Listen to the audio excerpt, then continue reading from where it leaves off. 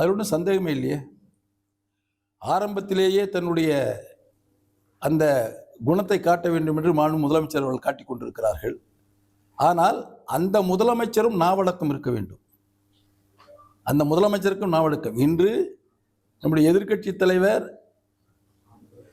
திரு உதயநிதி ஸ்டாலின் ஒரு கருத்தை சொல்லுகிறார், அது ஏற்றுக்கொள்ள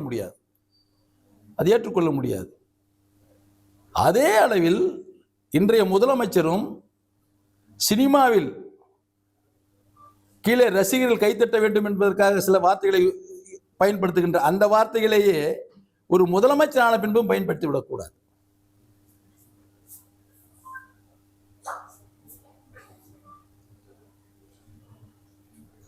நேற்றே பேசியிருந்த அந்த விஷயம் இன்னைக்கு சர்ச்சையாயிருக்குது. எல்லா மாவட்டங்கள்லயும் ஆர்ப்பாட்டங்கள்லாம் பண்ணாங்க. இன்னைக்கு அவர் கைது செய்யக்கூடும் என ஒரு கருத்து கூறப்படுது. அவர் வீட்டில் காவல்துறை குவிக்கப்பட்டிருக்காங்க. இதை பத்தி அதான் ஏற்கனவே சொன்னதுதான்.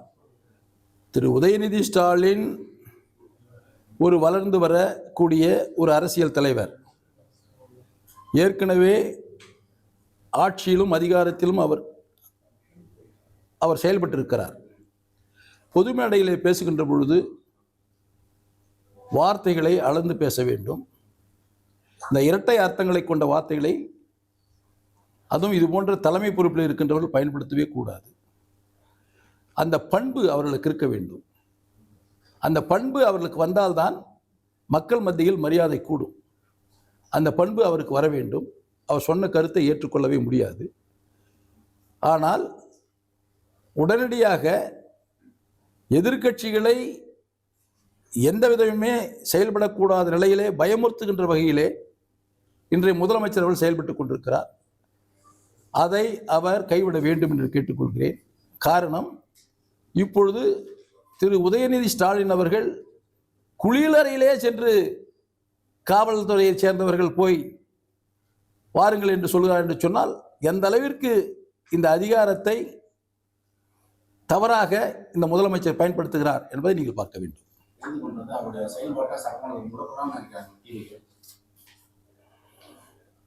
நாளைக்கு சட்டமன்றம் கூடுது. அது அவர் கைது பண்றாரு. கைது பண்ண அவர் நீதிமன்றத்துக்கு போயிட்டு அவர் நாளைக்கு சட்டசபை கூடுது, சட்டசபையில் நான் எதிர்கட்சி தலைவர் கலந்துன்னு கேட்டு வாங்கிட்டு வர வேண்டியது தான். அது ஒன்றும் நீதிமன்றமும் அதுக்கு தகுந்த மாதிரி நடந்துக்குன்னு நினைக்கிறேன். ஏன்னா இப்போ மார்க்கண்டேயனும் சட்டசபை கூடுது தானே பெயில் வாங்கியிருக்காரு. அந்த கண்டிஷன் பெயில் கூட என்ன சொல்லியிருக்காரு, சட்டமன்றம் கூடும்போது நீங்கள் கண்டிஷன் பெயில் போட தேவையில்லை, சட்டமன்றத்தை நீங்கள் சட்டமன்றத்தில் போய் இருங்க, சட்டமன்றம் இல்லாத நேரத்தில் அந்த கண்டிஷன் பெயில் கையில் போடுங்கன்னு சொல்லியிருக்காங்க. அவ்வளோதான்.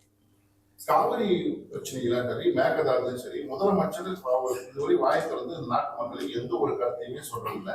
சம்பந்தப்பட்ட நீர்வளத்துறை அமைச்சரும் அதை வந்து பேசுறது இல்லை. பிற அமைச்சர்கள், துறை சார்ந்த எல்லாரும் பிற அமைச்சர்கள் மட்டும்தான் இதுல வந்து அவங்க விளக்கத்தை கொடுத்துட்டு இருக்காங்க.